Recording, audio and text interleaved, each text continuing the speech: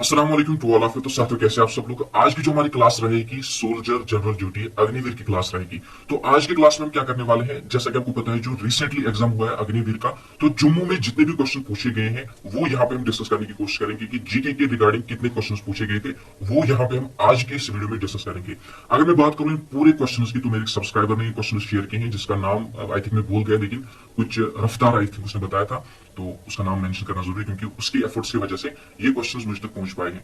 तो चलिए देखते हैं कि किस टाइप के क्वेश्चंस पूछे गए थे, और जो नए एग्जाम की प्रिपरेशन कर रहे हैं उनको देखना है कि आपका स्कोर कहां तक जा पहुंचेगा, आप इन क्वेश्चंस में कितने क्वेश्चन सही कर पाओगे। तो ज्यादा टाइम पे वेस्ट नहीं करेंगे, डायरेक्टली हम आ जाते हैं अपने क्वेश्चन की तरफ। यहाँ पे देखिए सबसे पहला क्वेश्चन आपके स्क्रीन पर क्या है, which bird is known as messenger bird. तो आपको बताना था कि मैसेंजर बर्ड के नाम से किसे जाना जाता है, माइना, पैरट, पिजन या ईगल। तो यहाँ पे अगर मैं मैसेंजर बर्ड की बात करूं तो वो जो है पिजन को कहते हैं, दैट इज सी पार्ट हमारा राइट आंसर होगा। ये आपको अच्छी तरह से याद रख लेना है। इसके बाद देखिए next question, what is the currency of China. देखिए यहाँ पे आपसे चाइना की करेंसी पूछी गई थी, यान, रूबल, डॉलर या रुपी। तो देखिए अगर मैं चाइना की बात करूं तो चाइना की जो करेंसी है वो है यान, दैट मीन ए पार्ट हमारा राइट आंसर होगा। लेकिन यहाँ पे अगर यान की जगह रिन मिम भी होता तो वो भी यहाँ पे हमारा राइट आंसर होता है। ये आपको अच्छी तरह से याद रख लेना है। आप यन कह लो या रिन मिम भी कह लो, दोनों के दोनों सेम ही आप मान के चल सकते हो। इसके बाद आ जाते हैं नेक्स्ट क्वेश्चन पे, that is question number third की तरफ। यहाँ पे आप देख सकते हो, which of the following country helped SC Bose to form the Azad Hind Fauj. देखिए सबसे पहले आपको ये नोट डाउन कर लेना है कि जो आजाद हिंद फौज है इसकी एस्टेब्लिशमेंट किसके द्वारा की गई है। आजाद हिंद फौज की जो एस्टेब्लिशमेंट है वो जो है SC Bose, that mean Subhash Chandra Bose के द्वारा की गई है। कब की गई ये आप डेट मुझे बताओगे, ये होमवर्क आपके लिए। लेकिन यहाँ पे क्वेश्चन क्या पूछा गया है, यहाँ पे क्वेश्चन ये पूछा गया जो Azad Hind Fauj SC Bose, that mean Subhash Chandra Bose के द्वारा एस्टेब्लिश की गई है। तो किस कंट्री ने जो है सुभाष चंद्र बोस को हेल्प किया इस आजाद हिंद फौज को एस्टेब्लिश करने में, जापान, स्विट्जरलैंड, रशिया या चाइना। तो यहां पे आपको अच्छी तरह से याद रख लेना है, A part that is Japan हमारा राइट आंसर होगा। इसके बाद आ जाते हैं नेक्स्ट क्वेश्चन पे, दैट इज क्वेश्चन नंबर 4 की अगर मैं बात करूं, Kamakhya Devi temple is located in which state. यहाँ पे देखिए कामाख्या देवी टेम्पल की लोकेशन आपसे पूछी गई थी, तो कहां पे इसकी लोकेशन, आसाम, गोवा, बिहार या मध्य प्रदेश। तो यहाँ पे अगर मैं कामाख्या देवी टेम्पल की बात करूं, it's located in Assam, that is a part हमारा राइट आंसर होगा। ये आपको अच्छी तरह से याद रख लेना है। इसके बाद आ जाते हैं नेक्स्ट क्वेश्चन पे, that's question number 5, who is known as missile man of India. तो चलिए बताइए मिसाइल मैन ऑफ इंडिया के नाम से किसे जाना जाता है, सरदार पटेल, एपीजे अब्दुल कलाम, एससी बोस या नन ऑफ दीज। तो यहां पे अगर मैं बात करूं मिसाइल मैन ऑफ इंडिया की, that is APJ Abdul Kalam. तो बी पार्ट हमारा राइट आंसर होगा, ये आपको अच्छी तरह से याद रख लेना है। इसके बाद आ जाते हैं नेक्स्ट क्वेश्चन पे, दैट्स क्वेश्चन नंबर 6 की अगर मैं बात करूं तो जो छठा प्रश्न है वो यहाँ पे क्या कह रहा है, where is the location of Rann of Kutch. देखिए रन ऑफ कच्छ की लोकेशन आपसे पूछी गई थी, कहां पे इसकी लोकेशन, गुजरात, आसाम, कर्नाटका या नन ऑफ दीज। तो यहाँ पे ए पार्ट दैट इज गुजरात हमारा राइट आंसर होगा। ये आपको अच्छी तरह से याद रख लेना है। इसके बाद आ जाते हैं नेक्स्ट क्वेश्चन पे, दैट इज क्वेश्चन नंबर 7 पे हम आ जाते हैं, major Dhyanchand trophy is related to. तो चलिए बताइए ये जो मेजर दयानचंद ट्रॉफी है इसका संबंध किसके साथ है, क्रिकेट, हॉकी, फुटबॉल या बैडमिंटन।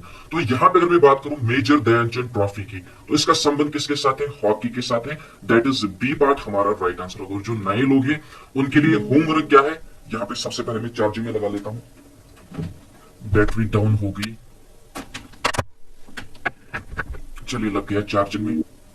तो इसके बाद आ जाते हैं नेक्स्ट क्वेश्चन की तरफ, दैट इज 8वें प्रश्न पे हम आ जाते हैं। 8वां प्रश्न यहाँ पे क्या कह रहा है, who built the Taj Mahal. Taj Mahal किसके द्वारा बनवाया गया है, ताजमहल की स्थापना किसके द्वारा की गई, ये आपको मुझे बताना है। तो याद कीजिए पिछली बार मैंने आपसे कहा था तू मुमताज है मेरे ख्वाबों की, मैं तेरा शाहजहां। तो किसने ये कहा है, शाहजहां ने कहा है। और अगर मैं ताजमहल की बात करूं तो ताजमहल जो है किसके द्वारा बनवाया गया है, ये जो है शाहजहां के द्वारा बनवाया गया अपनी बिलाउड वाइफ मुमताज महल के लिए। उसकी लोकेशन कहां पे है, आगरा में इसकी लोकेशन है, ये भी आपको याद रख लेना है।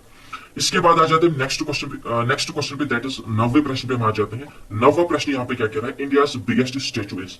तो इंडिया की बिगेस्ट स्टैचू किसे कंसिडर किया जाता है, statue of unity, statue of liberty, Mars statue या नन ऑफ दीज। तो अगर मैं बात करूं स्टैचू ऑफ यूनिटी की, तो ए पार्ट हमारा राइट आंसर होगा। और इसकी लोकेशन कहां पे है, गुजरात में इसकी लोकेशन है। और ये किसकी स्टैचू है और इसकी हाइट क्या है वो आप मुझे बताओगे, वो आपके लिए होमवर्क है। इसके बाद आ जाते हैं नेक्स्ट क्वेश्चन पे, दैट इज क्वेश्चन नंबर 10 की अगर मैं बात करूं, 10वें प्रश्न की अगर मैं बात करूं, highest mountain peak in the world is. तो यहाँ पे आपको मुझे बताना है कि वर्ल्ड की जो हाईएस्ट माउंटेन पीक है वो कौन सी है, माउंट एवरेस्ट, K2, कंचनजंगा या नंदा देवी। तो यहाँ पे अगर मैं बात करूं माउंट एवरेस्ट की, तो ए पार्ट हमारा राइट आंसर होगा, ठीक है ना। और K2 की अगर मैं बात करूं और कंचनजंगा की अगर मैं बात करूं, तो ये क्वेश्चन मैं आपके लिए रख रहा हूं। आपको मुझे बताना है कि इंडिया की जो हाईएस्ट स्टेचू है वो कौन सी है, वो कंचनजंगा है कि वो K2 है।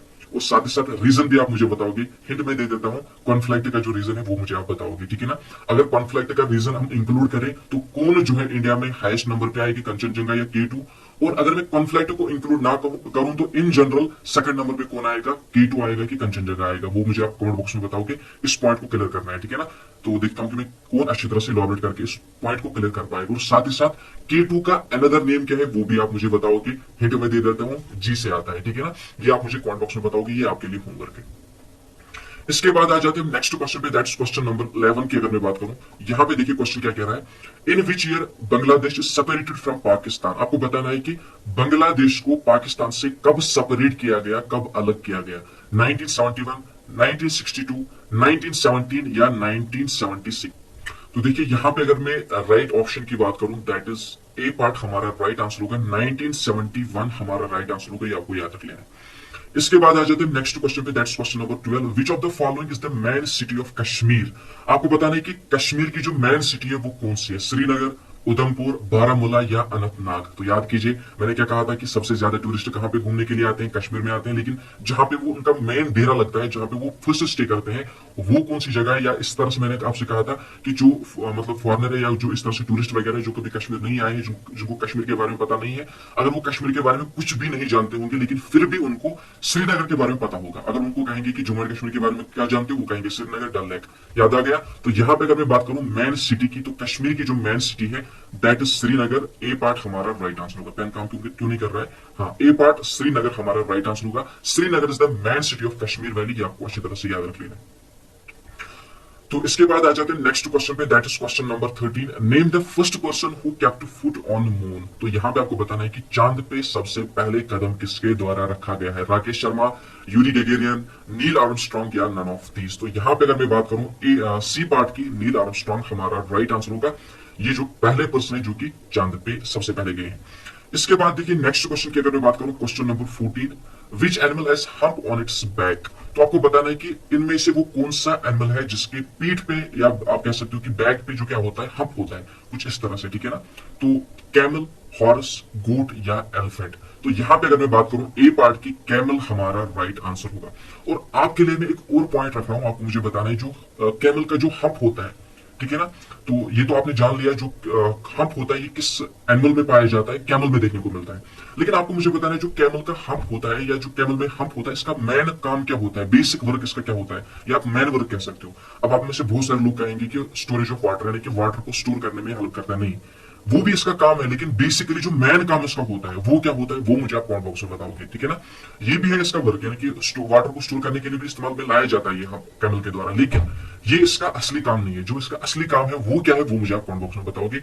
आई थिंक ये भी आर्मी के किसी न किसी एग्जाम में पूछा गया था, लेकिन मुझे जो है पूरा याद नहीं किस एआर में पूछा गया था। आई थिंक अग्निवीर के एग्जाम में ये पूछा गया था।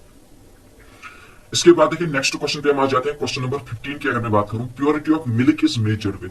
तो आपको बताना है कि इनमें से वो कौन सा इंस्ट्रूमेंट है जो कि मिल्क की प्योरिटी नापने के लिए इस्तेमाल में लाया जाता है, हाइड्रोमीटर, लैक्टोमीटर, बोलोमीटर या नन ऑफ दिस। तो यहां पे अगर मैं लैक्टोमीटर की बात करूं, लैक्टोमीटर एक ऐसा इंस्ट्रूमेंट है जिसके द्वारा मिल्क की